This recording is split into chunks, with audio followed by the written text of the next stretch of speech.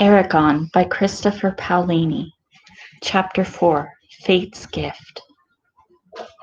The evening after their return from Carvajal, Eragon decided to test the stone as Murloc had.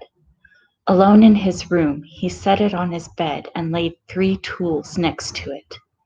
He started with a wooden mallet and lightly tapped the stone. It produced a subtle ringing. Satisfied, he picked up the next tool, a heavy leather hammer. A mournful peal reverberated when it struck. Lastly, he pounded a small chisel against it. The metal did not chip or scratch the stone, but it produced the clearest sound yet.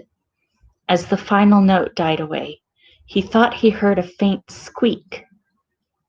Murloc said the stone was hollow. There could be something of value inside. I don't know how to open it, though.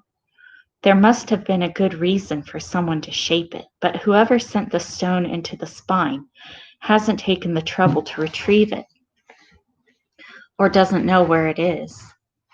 But I don't believe that a magician with enough power to transport the stone wouldn't be able to find it again. So I was meant to have it? Was I meant to have it? He could not answer the question. Resigned to an unsolvable mystery, he picked up the tools and returned the stone to its shelf. That night he was abruptly roused from sleep. He listened carefully. All was quiet. Uneasy, he slid his hand under the mattress and grasped his knife. He waited a few minutes, then slowly sank back to sleep. A squeak pierced the silence, tearing him back to wakefulness. He rolled out of bed and yanked the knife from its sheath. Fumbling with a tinderbox, he lit a candle. The door to his room was closed. Though the squeak was too loud for a mouse or rat, he still checked under the bed. Nothing. He sat on the edge of the mattress and rubbed the sleep from his eyes. Another squeak filled the air, and he started violently. Where was the noise coming from? Nothing could be in the floor or walls. They were solid wood. The same went for his bed, and he would have noticed if anything had crawled into his straw mattress during the night. His eyes settled on the stone. He took it off the shelf and absently cradled it as he studied the room. A squeak rang in his ears and reverberated through his fingers. It came from the stone. The stone had given him nothing but frustration and anger, and now it would not even let him sleep. It ignored his furious glare and sat solidly, occasionally peeping.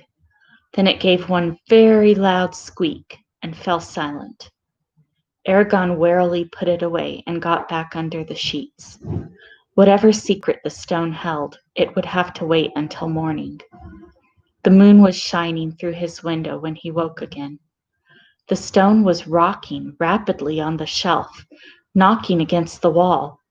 It was bathed in cool moonlight that bleached its surface.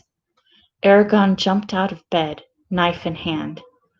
The motion stopped, but he remained tense.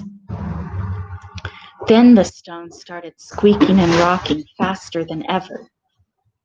With an oath, he began dressing.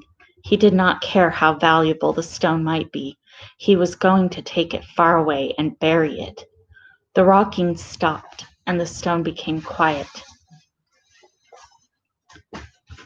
It quivered, then rolled forward and dropped onto the floor with a loud thump. He inched toward the door in alarm as the stone wobbled toward him. Suddenly, a crack appeared on the stone, then another and another.